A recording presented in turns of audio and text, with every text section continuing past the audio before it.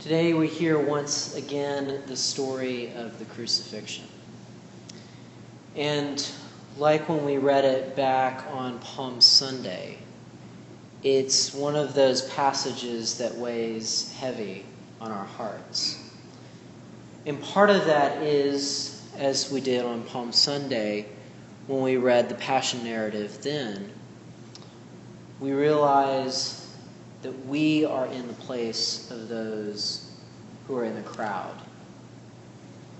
That as on Palm Sunday, we are the ones saying, crucify him, crucify him. That we are not without guilt in this saga. But really, at the end of the day, it is only but for the grace go we, that we are not part of that crowd at that time, and that we are living here now. Now, this crowd was dredged up by the chief priests. They incited this crowd to go and to speak against Jesus, to go and ask for his death. And if we were to take this gospel reading as a lesson for us, then that's what we need to think about. We need to think about how we can avoid being that crowd now. How can we avoid being stirred up now?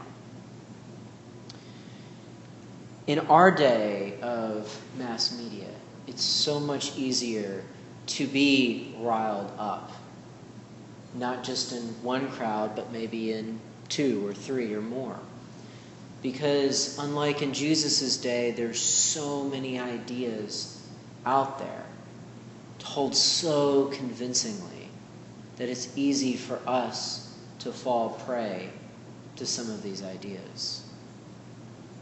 So what we're then called to do is to look at what any of these crowd raisers might say and ask ourselves, is this something that would help me better follow Jesus, or is this something that goes against my Lord?